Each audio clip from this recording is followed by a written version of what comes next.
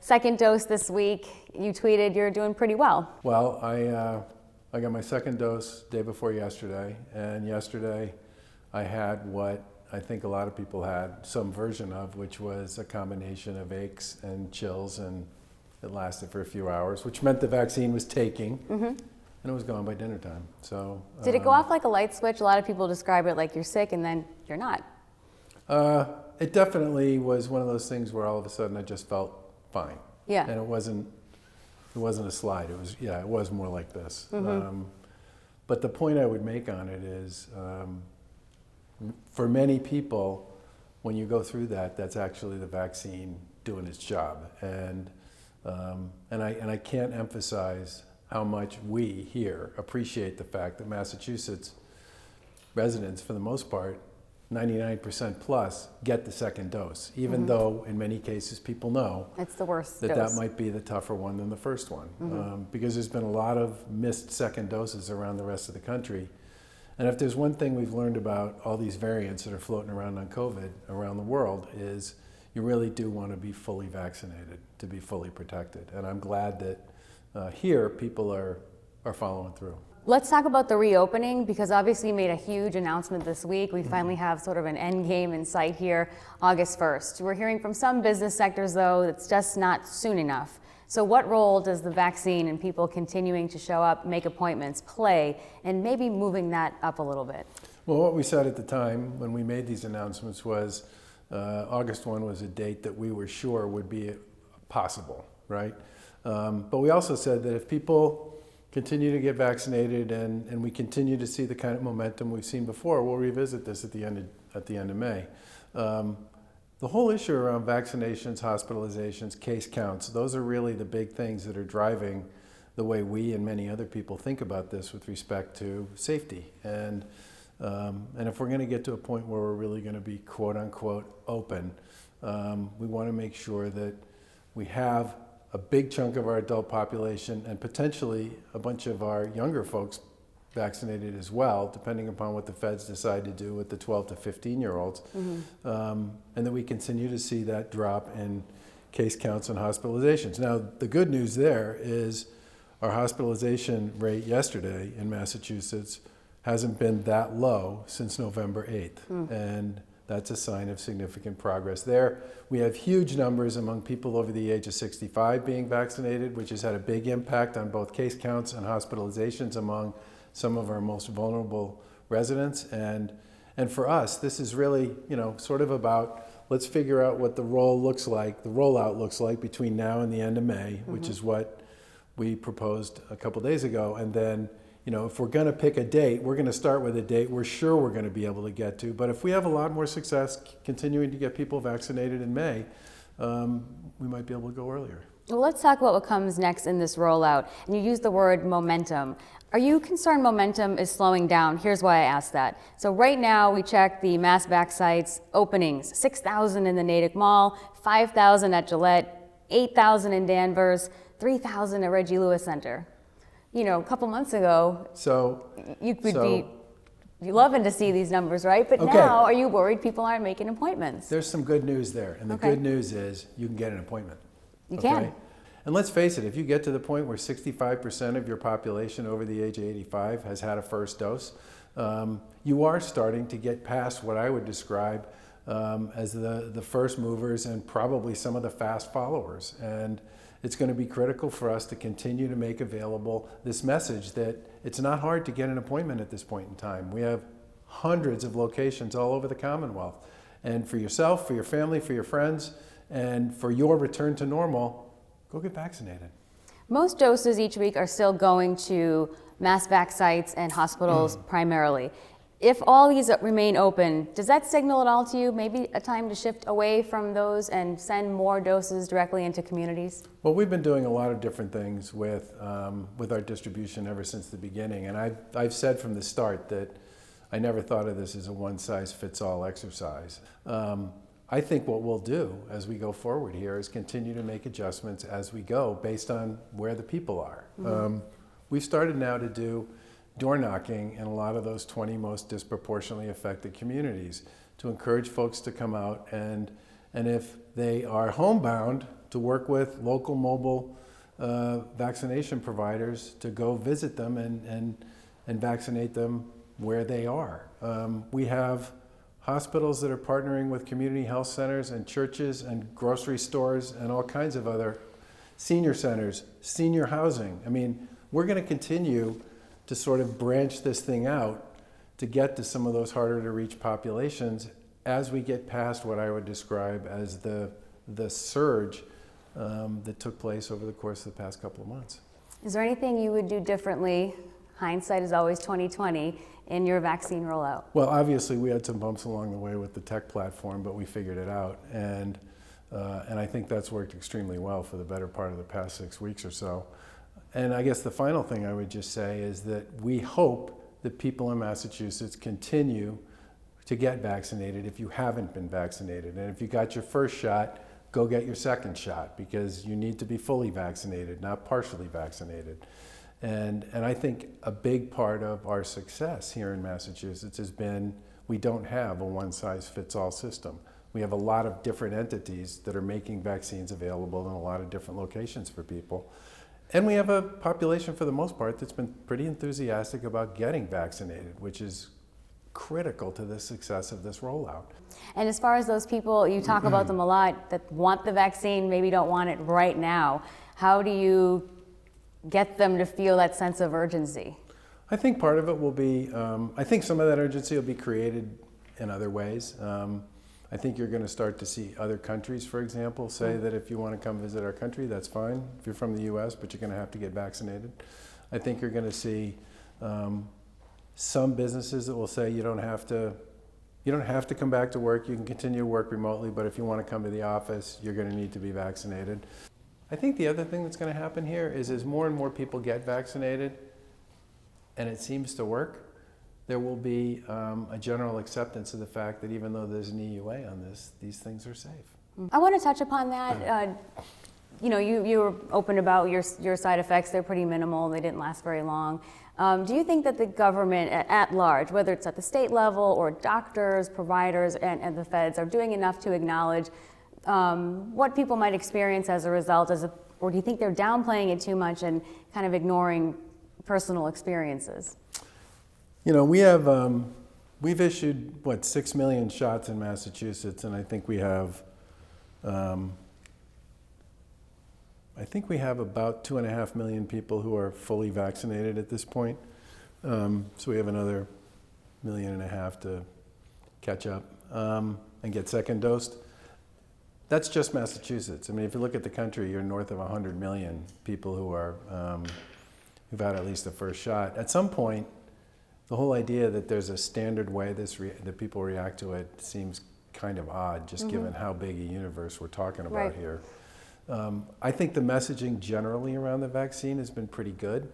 The feds have not, and certainly the medical community has not said for a minute that this won't hurt a bit, right? I mean, they've made pretty clear to people that you may have some short-term reaction to it, but that short-term reaction means it's working. And the other thing I would say is that they've been very aggressive about encouraging people to get vaccinated. And look, if you just look at Massachusetts, the number of people who are over the age of 75, where roughly 90% of that population is vaccinated in Massachusetts, the number of them that are getting COVID and the number of them that are ending up in the hospital is incredibly small. And that speaks volumes about the power and the credibility of why this vaccine is worth a day or two's discomfort.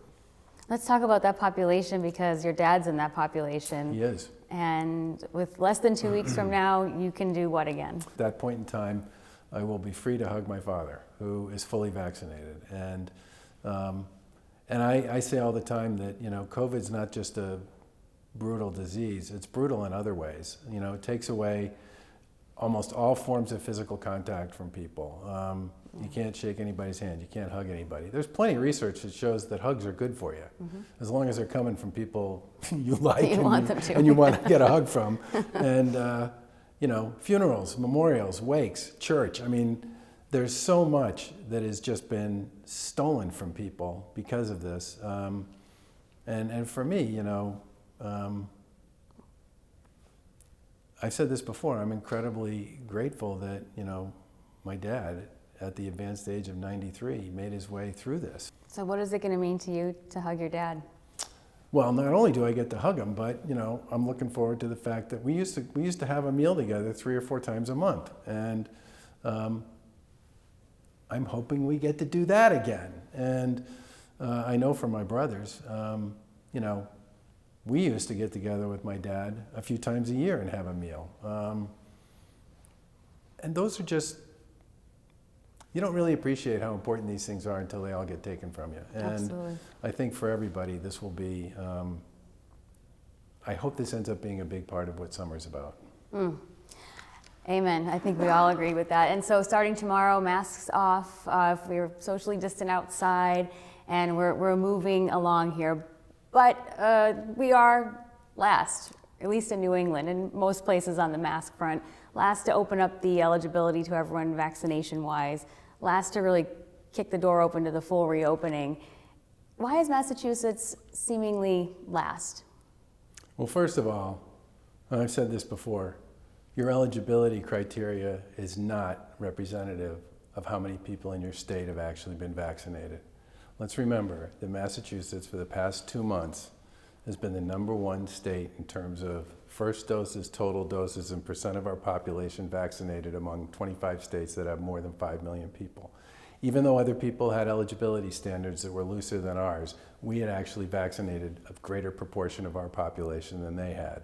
And that was because we wanted to make sure the window that we made available to each of those groups, all vulnerable, was open long enough and wide enough for a lot of them to get through it. And, at the same time, we were vaccinating more people faster than anybody else in any of the other states that had more than 5 million people. And in many cases, a lot of the states that didn't have 5 million people. I mean, like I said, we're either #1 or #2 right now in terms of the largest proportion of our adult population vaccinated.